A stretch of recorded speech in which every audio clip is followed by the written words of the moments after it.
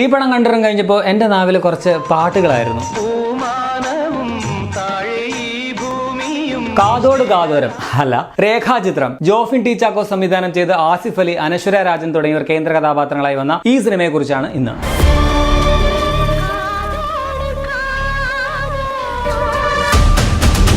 പടം എങ്ങനെയുണ്ടെന്ന് ചോദിച്ചാൽ ഒറ്റ വാക്കിൽ വളരെ പോയറ്റിക് ആയിട്ടുള്ള, വളരെ നൊസ്റ്റാൾജിക് ആയിട്ടുള്ള ഒരു ഇമോഷണൽ ത്രില്ലർ. അതാണ് രേഖാചിത്രം. നിങ്ങൾ 80s മലയാള സിനിമ വളരെ ഇഷ്ടപ്പെടുന്ന ഒരാളാണെങ്കിൽ, ഒപ്പം നിങ്ങളൊരു ത്രില്ലർ ലവർ കൂടിയാണെങ്കിൽ ഈ പടം തീർച്ചയായിട്ടും കാണണം. മലക്കപ്പാറ പോലീസ് സ്റ്റേഷനിൽ പുതുതായി ചാർജ് എടുത്ത വിവേക് എന്ന സർക്കിൾ ഇൻസ്പെക്ടർക്ക് ആദ്യ ദിവസം തന്നെ ഒരു മരണവുമായി ബന്ധപ്പെട്ട കേസ് ലഭിക്കുന്നു. തുടർന്നുള്ള സംഭവങ്ങളാണ് ഈ പടം പറയുന്നത്. കേൾക്കുമ്പോൾ എല്ലാത്തരം ക്ലീശകളും തോന്നുന്ന ഒരു യൂഷ്വൽ ഇൻവെസ്റ്റിഗേഷൻ ത്രില്ലർ പടത്തിന്റെ പ്ലോട്ട് അല്ലേ? ബട്ട് അല്ല. ഒരു ത്രില്ലർ സിനിമ, അത് ഇന്നത്തെ കാലത്ത് പുതുമയുള്ള രീതിയിൽ അവതരിപ്പിക്കുക എന്നുള്ളത് വലിയൊരു ടാസ്ക് തന്നെയാണ്. കാരണം നമുക്ക് പല പടങ്ങൾ കാണുമ്പോഴും തോന്നും അത് നമ്മൾ തന്നെ കണ്ടിട്ടുള്ള ഏതെങ്കിലും കൊറിയൻ പടം അല്ലെങ്കിൽ ഏതെങ്കിലും ഒരു ഇംഗ്ലീഷ് അല്ലെങ്കിൽ ഒരു ഫോറിൻ പടത്തിന്റെ കോപ്പിയാണോ അങ്ങനെയൊക്കെ തോന്നാം. ബിക്കോസ് ലോക സിനിമ മുഴുവൻ നമ്മുടെ കൈക്കുമ്പിളിൽ എത്തിക്കഴിഞ്ഞ ഒരു കാലമാണിത്. അങ്ങനെയുള്ളപ്പോൾ വളരെ റൂട്ടഡ് ആയിട്ട് മലയാള സിനിമയുടെ ചരിത്രവുമായിട്ട് കൃത്യമായി തുന്നിച്ചേർക്കപ്പെട്ട രീതിയിൽ ഒരു ഇൻവെസ്റ്റിഗേഷൻ ത്രില്ലർ ഒരുക്കുക എന്നത് ഒരു ഡിഫറെന്റ് തോട്ടായിരുന്നു. അതാണ് ഈ പടത്തിന്റെ ഏറ്റവും വലിയ പോസിറ്റീവായിട്ട് ആദ്യം തന്നെ പറയാനുള്ളത്. എത്ര ഭംഗിയായിട്ടാണ് അവർ ഈ കഥയെ 1985 കാലഘട്ടത്തിലേക്ക്,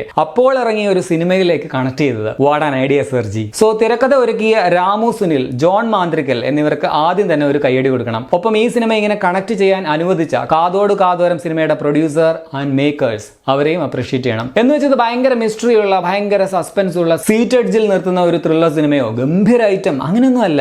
പക്ഷെ ഇതിനൊരു ഭംഗിയുണ്ട്, തിരക്കഥയിൽ ഒരു ആത്മാർത്ഥതയുണ്ട്. ആ ആത്മാർത്ഥത നമുക്ക് ഫീൽ ചെയ്യുന്നുണ്ട്. ഇപ്പോൾ സിനിമയിൽ അഭിനയിക്കുക അല്ലെങ്കിൽ സിനിമയുടെ ഭാഗമാകുക എന്നൊരു അഭിനിവേശം കൊണ്ട് സിനിമയ്ക്കായി ജീവിച്ച, പക്ഷേ സിനിമയിൽ ഒന്നും ആകാതെ മണ്ണടിഞ്ഞു പോയ ഒരുപാട് പേരുണ്ട്. അത്തരത്തിലുള്ള ആത്മാക്കൾക്ക് വേണ്ടിയുള്ള ഒരു സമർപ്പണമാണ് ഈ പടം എന്ന് പറയാം. ഒരു സിനിമ ആർക്കൊക്കെ എന്തൊക്കെ ഭാഗ്യങ്ങളാണ് തരിക എന്ന് പറയാൻ പറ്റില്ല എന്ന് ഇന്ദ്രൻസിന്റെ ക്യാരക്ടർ പറയുന്നുണ്ട്. ഒരു സിനിമയുടെ ഭാഗമായാൽ, ഒരു ഫ്രെയിമിലെങ്കിലും നമ്മൾ വന്നു പോയാൽ അതൊരു ചരിത്രത്തിന്റെ ഭാഗമാവുകയാണ് എന്നത് വലിയൊരു സത്യമാണ്. ആർക്കും മായ്ക്കാൻ പറ്റാത്ത ഒരു ചരിത്രം, ഒരു തെളിവ് എന്ന് പറയാം. അതിനേക്കാൾ വലിയൊരു രേഖാചിത്രം വരയ്ക്കേണ്ട കാര്യമേ ഇല്ല. സോ അത്രമേൽ സിനിമയെ സ്നേഹിച്ച ഒരുവൾക്ക് സിനിമ തന്നെ തിരിച്ചു നൽകിയ ഒരു ട്രിബ്യൂട്ടാണ് ഈ പടത്തിന്റെ കഥ എന്നും പറയാം. മലയാള സിനിമയ്ക്ക് തന്നെ ഏറെ പരിചിതമല്ലാത്ത ആൾട്ടർനേറ്റ് റിയാലിറ്റി എന്ന കോൺസെപ്റ്റ് ഏറ്റവും ഭംഗിയായിട്ട് ഉപയോഗിച്ച പടമാണിത്. വേറിട്ട് നിൽക്കുന്ന ഈ ഒരു നരേഷൻ സ്റ്റൈല് തന്നെ പടത്തിന്റെ ഐഡന്റിറ്റിയാണ്. പടത്തിലുടനീളമുള്ള മമ്മൂക്ക റെഫറൻസ് ഇതിന്റെ കരുത്തുമാണ്. ഒപ്പം പ്രധാന താരങ്ങളുടെ സോളിഡ് പെർഫോമൻസുകളും. 2024 തന്റെ സ്ക്രിപ്റ്റ് സെലക്ഷനിലൂടെ ഞെട്ടിച്ച ആസിഫ് അലി വീണ്ടും ഈ പടത്തിലും അത് ആവർത്തിക്കുകയാണ്.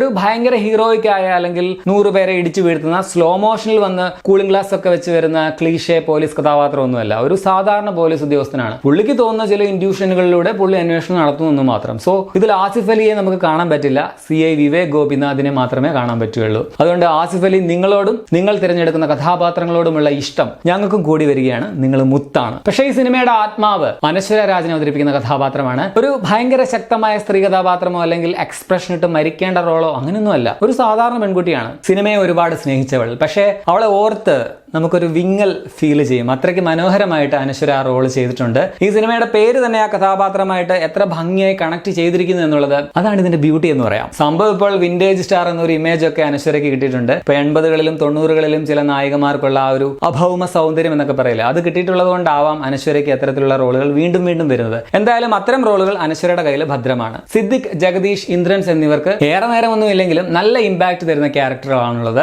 കഴിഞ്ഞ വർഷം തുടക്കത്തിൽ ആട്ടം എന്ന സിനിമയിലെ പെർഫോമൻസ് ഉണ്ട്. മലയാള സിനിമയ്ക്ക് തന്നെ നല്ലൊരു വർഷം സമ്മാനിച്ച സരിൻ ഷിഹാബിന്റെ ഒരു കിടിലൻ റോളും ഈ പടത്തിലുണ്ട്. ഡയലോഗ്സ് കുറവാണെങ്കിലും മനോജ് കെ ജയനും നൈസായിരുന്നു. സിസ്റ്ററായിട്ട് വന്ന മേഘ തോമസ്, ഹരിശ്രീ അശോകൻ, നിഷാന്ത് സാഗർ, ഭാമ അരുൺ, ശ്രീകാന്ത് മുരളി, വിജയ് മേനോൻ, പൗളി വത്സൻ, ശ്രീജിത്ത് രവി, TG രവി, സുധി കോപ്പ, അങ്ങനെ വലിയൊരു താരനിര തന്നെ സിനിമയിലുണ്ട്. കുറച്ചു നേരം ഉള്ളുവെങ്കിലും നമ്മുടെ ആരെയും ഭാവഗായനാക്കും പാട്ടിലെ സലീമയും നല്ലൊരു റോളിൽ പടത്തിലുണ്ട്. ടെക്നിക്കൽ സൈഡിൽ എനിക്ക് ആദ്യം തന്നെ എടുത്തു പറയാനുള്ളത് ഇതിന്റെ ആർട്ട് ഡിപ്പാർട്ട്മെന്റ് ആണ്. 80കൾ അക്കാലത്തെ കെട്ടിടങ്ങള്, വണ്ടി, കോസ്റ്റ്യൂംസ്, കാസറ്റ്, VCR, TV, അങ്ങനെ പ്രൊഡക്ഷൻ ഡിസൈനിൽ അവര് അതിഗംഭീരമായിട്ടുള്ള ഡീറ്റെയിലും കൊടുത്തിട്ടുണ്ട്. ബ്രില്യൻ വർക്ക് എന്ന് പറയാം. അപ്പു പ്രഭാകരന്റെ ക്യാമറയും ഷമീർ മുഹമ്മദിന്റെ എഡിറ്റിംഗും ക്ലാസിക് ആണ്. അതുപോലെ മുജീബ് മജീദ് ഒരുക്കിയ മ്യൂസിക്, പ്രത്യേകിച്ച് ഇതിൽ സിനിമയെക്കുറിച്ചൊരു പാട്ടുണ്ട്, അത് അതിമനോഹരമാണെന്ന് പറയാം. സിനിമാ മോഹം എന്ന ഒരു ആശയം വെച്ചിട്ട് സുഹൈൽ കോയ വരികൾ കൊണ്ട് തന്നെ ഒരു കവിത ഉണ്ടാക്കിയിട്ടുണ്ടെന്ന് പറയാം. പശ്ചാത്തല സംഗീതവും നൈസാണ്. സ്റ്റിൽ ഇത് എല്ലാവർക്കും പറ്റിയ പടമാണ്, എല്ലാവർക്കും കണക്ട് ആകുമോ എന്ന് എനിക്ക് സംശയമാണ്. പ്രത്യേകിച്ച് 2K കിഡ്സിന് കണക്ട് ആവാൻ പാടാണ്. കാരണം 80കളിലും 90കളുടെ തുടക്കത്തിലും ഒക്കെ ജനിച്ചവർക്കും ജീവിച്ചവർക്കുമായിരിക്കും ഈ സിനിമ കുറച്ചുകൂടി നന്നായിട്ട് റിലേറ്റ് ചെയ്യാൻ പറ്റുക. ചുരുക്കത്തിൽ എനിക്ക് വളരെയധികം ഇഷ്ടമായ ഈ വർഷത്തിന്റെ തുടക്കത്തിൽ തന്നെ കിട്ടിയ നല്ലൊരു സിനിമാ അനുഭവമാണ് രേഖാചിത്രം. ഒരു വലിയ നന്ദി ജോഫിൻ ടി ചാക്കോയ്ക്കും ആസിഫ് അലി, അനശ്വര രാജൻ ആൻഡ് ഫുൾ ക്രൂവിനും കൊടുക്കണം. I loved it. ഈ സിനിമയ്ക്ക് എന്റെ മനസ്സിലൊരു സ്പെഷ്യൽ സ്ഥാനമുണ്ടാവും. എന്റെ അഭിപ്രായത്തിൽ മനോഹരമായിട്ടുള്ള കവിത പോലുള്ള ഒരു ത്രില്ലറാണ് എന്ന് പറയാം. ഒരു വിയേർഡ് കോംബോ അല്ലേ. മിക്കവാറും ഈ പടത്തിന് നല്ല പോസിറ്റീവ് റിവ്യൂസ് ഒക്കെ ഉടനെ തന്നെ വരും. അപ്പൊ തന്നെ കുറച്ചുപേര് ഓവർ എക്സ്പെക്ടേഷനുമായിട്ട് പടം പോയി കണ്ടിട്ട് ഇതെന്ത് പടം, ഇത് ആവറേജ് അല്ലേ, ചുമ്മാ ഈ പോസിറ്റീവ് റിവ്യൂസ് ഒക്കെ പറഞ്ഞവര് പെയ്ഡ് ആണ് എന്ന് പറയാനുള്ള സാധ്യതയുണ്ട്. അതുകൊണ്ട് ഇപ്പൊ സത്യം പറയാലോ, ഒരു സിനിമ കണ്ടിട്ട് അത് വളരെ നല്ലതാണ്, എനിക്ക് നന്നായിട്ട് വർക്കായി, ഗംഭീരമാണ് എന്നൊക്കെ പറയാൻ തന്നെ ഒരു മടിയാണ്. എനിക്ക് ആരും 10 പൈസ തരുന്നില്ല, പക്ഷെ ഒരു പടം നല്ലതാണെങ്കിൽ നല്ലതാണെന്ന് ഞാൻ പറയും. സോ എന്റെ പേഴ്സണൽ ഒപ്പീനിയനിൽ എനിക്ക് നന്നായിട്ട് വർക്കായ, എനിക്ക് ഭയങ്കരമായിട്ട് ഇഷ്ടപ്പെട്ട ഒരു സിനിമയാണിത്. ഇപ്പൊ കുട്ടിക്കാലം മുതൽ സിനിമയോടുള്ള ഒരു സ്നേഹം എന്നുള്ള ആ ഒരു സ്വഭാവം കൊണ്ടാണോ എന്ന് എനിക്കറിയില്ല, ഇതിലെ അനശ്വരയുടെ ക്യാരക്ടറുമായിട്ട് എനിക്ക് ഭയങ്കരമായിട്ട് റിലേറ്റ് ചെയ്യാൻ പറ്റി. ചിലപ്പോൾ അതുകൊണ്ടാവാം, എന്തോ ഇതിനിപ്പോൾ ഹിറ്റായാലും ഇല്ലെങ്കിലും ആൾക്കാർ എന്നെ തന്നെ എന്തെങ്കിലുമൊക്കെ കുറ്റം പറഞ്ഞാലും കുഴപ്പമില്ല, എനിക്ക് ഈ സിനിമ സ്പെഷ്യൽ തന്നെയാണ്. പിന്നെ ഒരു കാര്യം ലാസ്റ്റ് ആയിട്ട് പറയാനുണ്ട്, നെഗറ്റീവ് അല്ല, എനിക്ക് തോന്നിയ ഒരു ചിന്ത പറയുകയാണ്. മൈൽഡ് സ്പോയിലർ ആണ്, സോ വേണമെങ്കിൽ സ്കിപ്പ് ചെയ്യാം, പടം കണ്ടവർ മാത്രം ഇത് കേൾക്കുക. AI സാധ്യത വെച്ച് ഒരു പഴയ ചരിത്രത്തിൽ ഒരു വലിയ താരത്തിനെ നമ്മൾ സ്ക്രീനിൽ അവതരിപ്പിക്കുമ്പോൾ കൂടെ നിന്ന മറ്റ് 2 നടിമാരെ കൂടി പരിഗണിക്കാമായിരുന്നു എന്ന് തോന്നി. അവരും ഇതിൽ പങ്കാളികളായിരുന്നല്ലോ, അല്ലെങ്കിൽ പിന്നെ അവരെ ശ്രദ്ധിക്കപ്പെടുന്ന വിധത്തിൽ സ്ക്രീനിലെങ്ങും കാണിക്കരുതായിരുന്നു. അൾട്ടിമേറ്റ്ലി ഇതൊരു നടിയുടെ കഥ കൂടി ആയതുകൊണ്ട് ഒരു ചിഹ്നത്തോട്ട് പറഞ്ഞു എന്ന് മാത്രം. അപ്പോൾ നിങ്ങൾ ഈ സിനിമ തിയേറ്ററിൽ കണ്ടിട്ടുള്ളവരാണെങ്കിൽ നിങ്ങളുടെ അഭിപ്രായം കമന്റിൽ രേഖപ്പെടുത്തുമല്ലോ. വീണ്ടും കാണാം. ശരിയെന്ന്.